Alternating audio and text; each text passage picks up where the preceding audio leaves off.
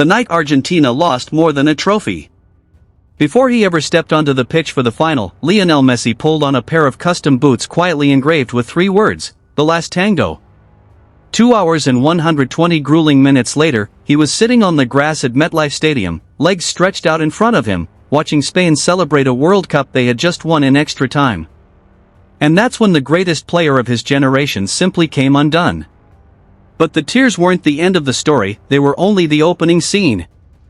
In the days that followed, Argentine football walked straight into a storm the sport has rarely seen: a full FIFA investigation, 2 separate disciplinary cases running at once, a red card that appeared on screen and then mysteriously disappeared, a mass brawl, a member of the coaching staff throwing a punch at an opposing player, and a wave of conspiracy theories so wild they somehow dragged in the FBI.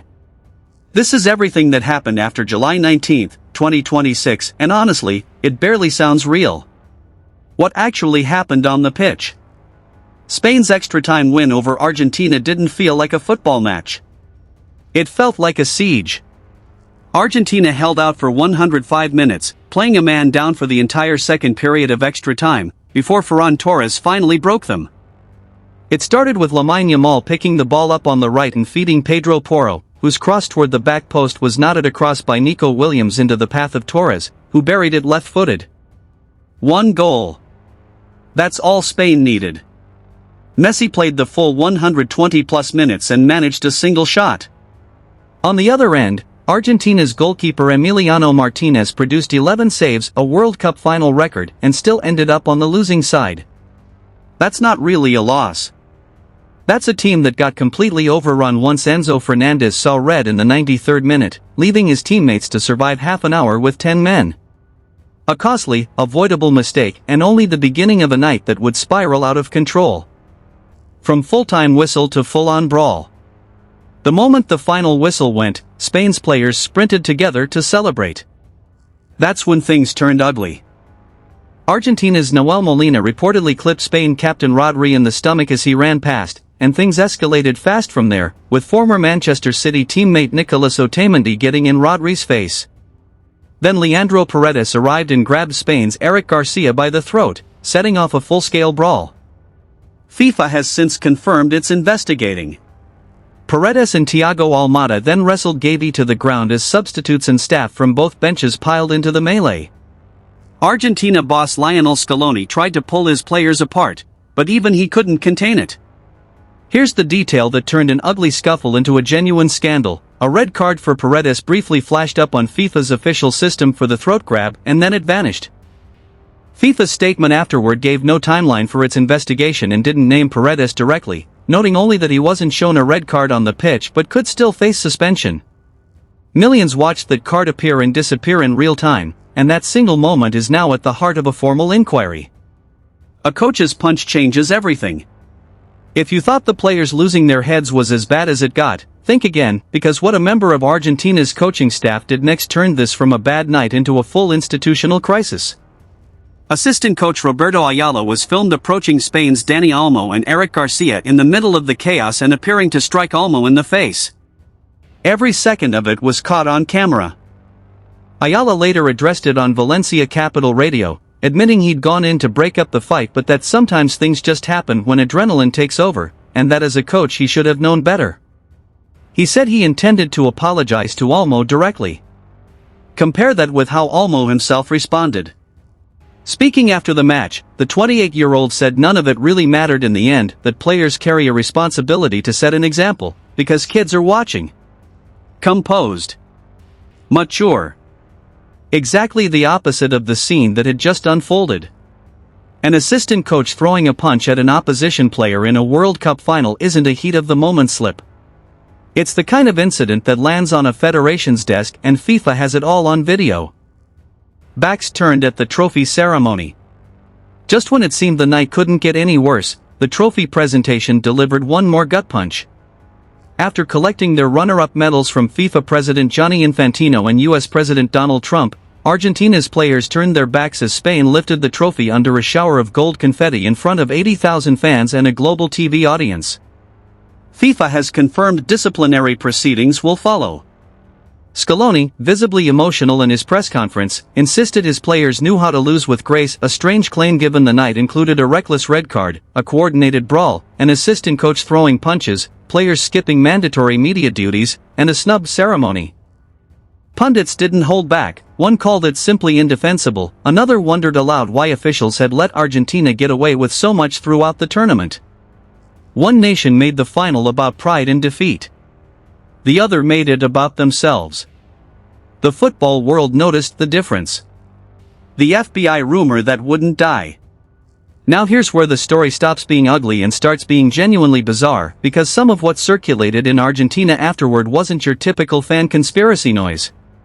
Before kickoff, rumors began swirling that FBI agents were present at MetLife Stadium with the intention of detaining AFA President Claudio Chica Tapia. Multiple outlets reported unease spreading through the Argentine camp, with claims that federal investigators were probing hundreds of millions of dollars allegedly moved through banking channels tied to the federation, and that agents might even enter the locker room. This is where Messi becomes part of the theory. Footage of him addressing the squad before kickoff went viral afterward, showing him repeating variations of calm down and urging his teammates to forget everything and just focus on the game.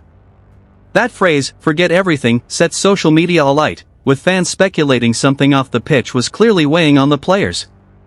Some openly asked what exactly the team was hiding from.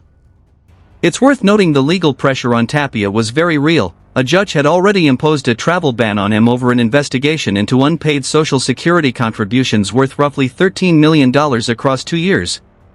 So the smoke wasn't entirely invented. Whether it ever reached the dressing room is a different question, one that remains unconfirmed by the AFA or anyone connected to the squad. The Infantino conspiracy, a rigged tournament. The FBI rumor was just the opening act. A second, even bigger theory has been spreading through Argentine media, and this one puts FIFA president Gianni Infantino at the center of it. The claim goes like this: ahead of the tournament, FIFA quietly restructured the knockout bracket so the top 4 ranked nations, Spain, Argentina, France, and England, couldn't meet before the semifinals. From there, believers argue Infantino struck a behind-the-scenes understanding with European football's governing body to guarantee a European winner in return for support in his upcoming re-election bid. An online petition sprang up demanding Argentina be excluded from future World Cups altogether, arguing that competing is pointless if the outcome is predetermined. It gathered more than 23 million signatures, a staggering number for what started as a fringe theory. Tapia himself was eventually forced to publicly address the noise, urging fans not to be manipulated by what he called deliberate campaigns designed to destabilize the federation. When a federation president has to publicly beg his own fan base to stop believing conspiracy theories, you know the situation has spiraled. The Falklands banner that started it all. But FIFA's problems with Argentina didn't start at the final, they started days earlier. FIFA had already opened a separate investigation after Argentina's semi-final win over England in Atlanta, when defender Lisandro Martinez and substitute Giovanni Lo Celso unfurled a banner reading "Las Malvinas son Argentinas," the Falklands are Argentine, in front of the celebrating crowd. The banner had reportedly been smuggled into the stadium hidden in a fan's clothing, hand-painted on a bedsheet. Several other players, including Christian Romero and Nicolas Otamendi, joined in holding it up. British politicians, including the Prime Minister, publicly backed calls for an investigation, with some demanding the involved players be barred from the final entirely. FIFA declined to suspend anyone but kept the case open. Now a darker theory has taken hold, that FIFA let the players compete in the final specifically so they could lose, treating the defeat itself as the punishment for the banner. It wouldn't be the federation's first offense, either. Argentina was fined after a nearly identical banner appeared following a 2014 friendly against Slovenia. They paid up then. 12 years later, on the sport's biggest stage, they did it again. A pattern, not an incident. Here's why FIFA's disciplinary case might actually stick this time, because none of this happened in isolation. After the 2022 final in Qatar, Emiliano Martinez was filmed making a crude gesture with his Golden Glove trophy and mocking Kylian Mbappe in the dressing room. The punishment amounted to a fine of around £18,000, barely a slap on the wrist. Enzo Fernandez, the same player sent off in this final, later had to apologize publicly for sharing a video of a chant French football authorities condemned as racist. Martinez was also handed a 2-match ban that same year for repeating his trophy celebration. Stack it all together, 2 Falklands banners, a lewd celebration, a racist chant controversy, and now a mass brawl plus a coaching staff assault, and it stops looking like bad luck. It starts looking like a habit, and FIFA's disciplinary code has provisions built specifically for repeat conduct like this. The precedent for real punishment exists, too. FIFA banned the president of the Spanish Federation for 3 years over the forced kiss scandal at the Women's World Cup. Luis Suarez was suspended 4 months for biting an opponent back in 2014. The tools are there. Whether FIFA actually uses them on Argentina is the real question. Nobody said sorry. Here's the detail that tells you everything about where Argentina's heads are right now. Not one central figure in the brawl has apologized.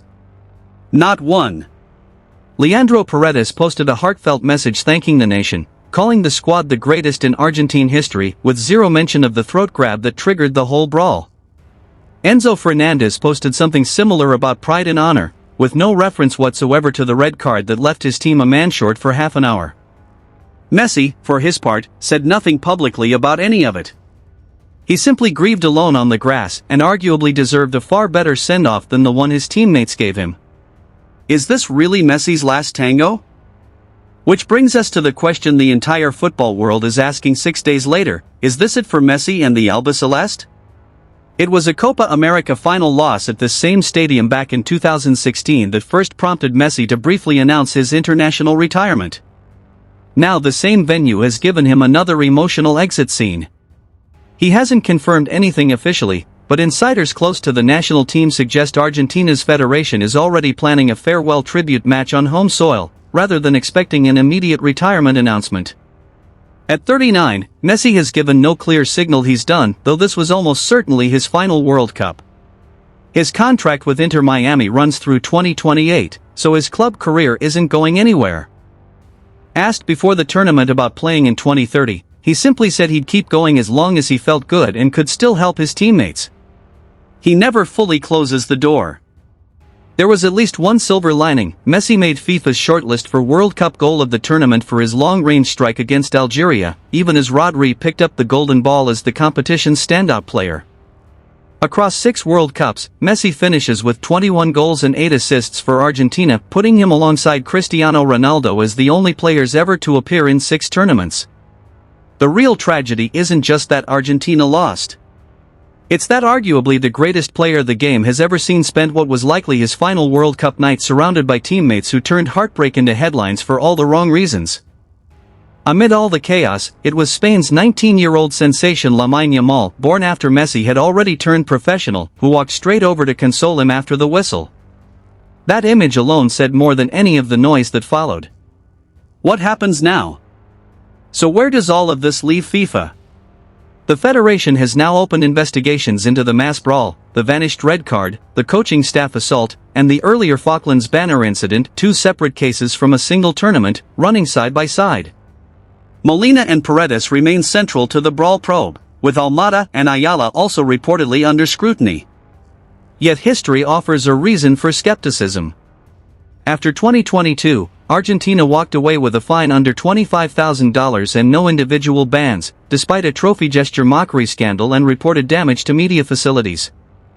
So the football world is left waiting to see which version of FIFA turns up this time, the one that handed Spain's federation president a 3-year ban, or the one that treats Argentina's fines as pocket change. A separate petition demanding the final be replayed has already crossed 61,000 signatures. The theories keep multiplying, the investigators keep working, and Argentina, who arrived at this World Cup defending a title, are leaving it defending themselves in front of a prosecutor. The trophy went to Spain. The paperwork went to Argentina. And that red card that flickered onto the screen and vanished is still sitting in a file FIFA seems in no rush to open. So here's the real question worth sitting with. Was this the last time the world sees Lionel Messi in an Argentina shirt at a World Cup? And should FIFA finally hand down real consequences this time, or is a lost final punishment enough on its own?